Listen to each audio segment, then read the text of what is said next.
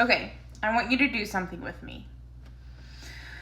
Breathe in and out. Now that that's out of the way, let's talk about Princess Diana and the royal family. So to get everyone caught up to speed who doesn't know, this is Princess Diana, gorgeous, stunning, and she was married to this guy who's Prince Charles. Most of us probably know this, but in case you don't, I'm gonna get you caught up. Not the cutest, but yeah, they were married. And when I tell you, their wedding was like huge. You don't even understand. Like, I mean, look at her beautiful dress, right? Look at the train. Like, their wedding was like the most like televised thing of the time, like of the 90s.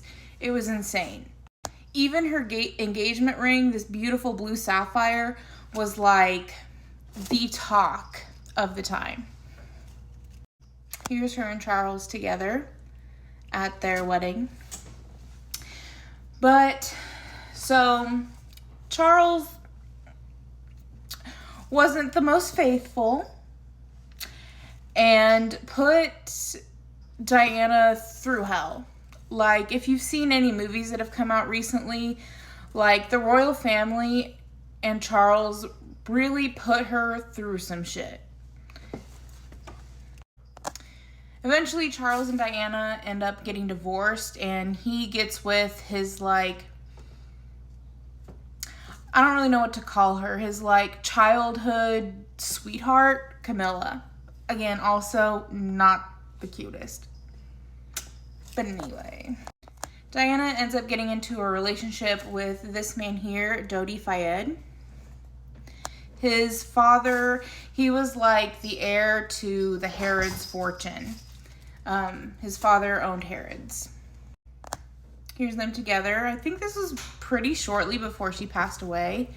But the two of them have been spending the summer traveling. I think shortly before her death, she had just gotten back from a vacation with the two of them and then her two sons, which are William and Harry, in Saint Tropez, I believe. Anyway, after the vacation, they had traveled on Dodi's father's private jet to Paris, France for like a cute little getaway, a little kiki, you know. And the place where they were staying was like $2,000 a night. It was at the Ritz. It was fancy.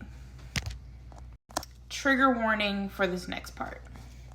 So the couple was leaving their hotel and they were being followed by paparazzi, and it's kind of assumed that the like flashing camera lights and everything caused the driver, along with this driver consuming a lot of alcohol at the time, to hit a rail going through the tunnel, and this is what their car looked like.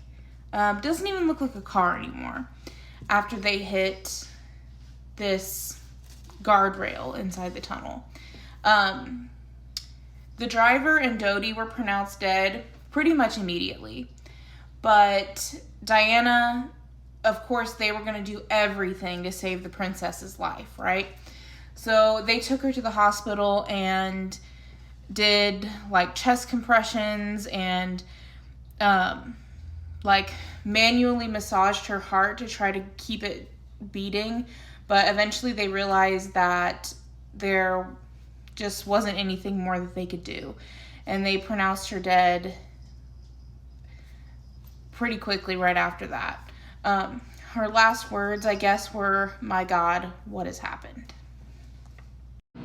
Just like her wedding, the funeral for her was absolutely beautiful. Here's her covered casket, the gorgeous lilies on top. Here's Charles with his two sons, William and Harry. It almost brings me to tears like every single time. Like, I just can't imagine losing my mom at, I think, 15 and 12. So William was 15 and Harry was 12. But like I said, The funeral service for her was absolutely beautiful. Elton John performed.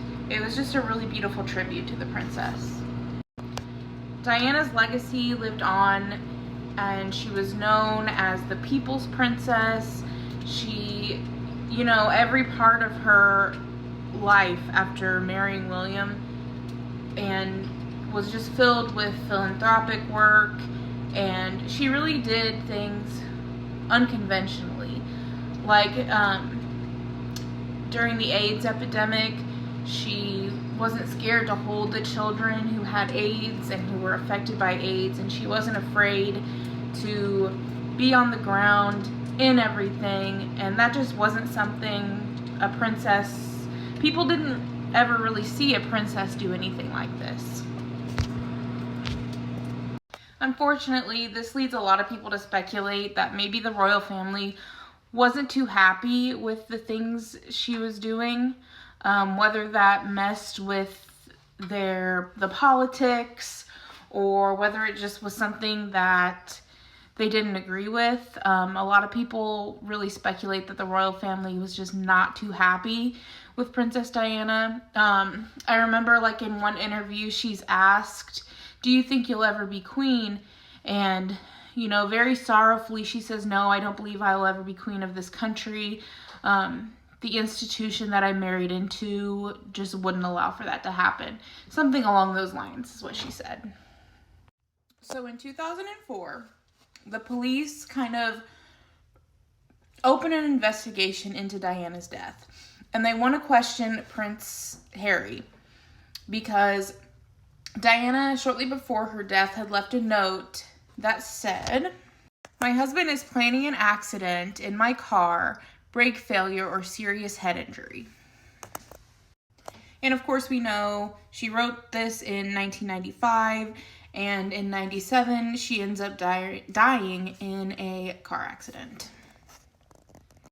So the UK police had actually opened a whole investigation into the conspiracies surrounding Diana's death, called, I think it was like Operation Pageant, something like that. So of course the prince was questioned, and they asked him, "What do you make of this note?" He said, "I didn't even know it existed until it was published to the media." He said, the officer said, "You didn't talk about this or anything?" He said, "No, I had no idea." You know, of course not. So when the police asked Charles to cooperate with an investigation, he basically said, "No, thank you."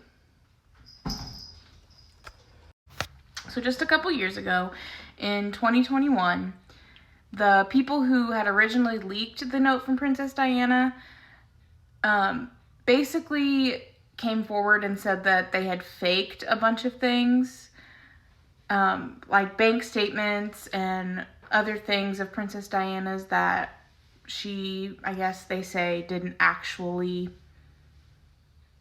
do or have, or whatever it may be. But we're talking about the royal family here, and I'm just saying, if the CIA can cover a bunch of stuff up, so can they.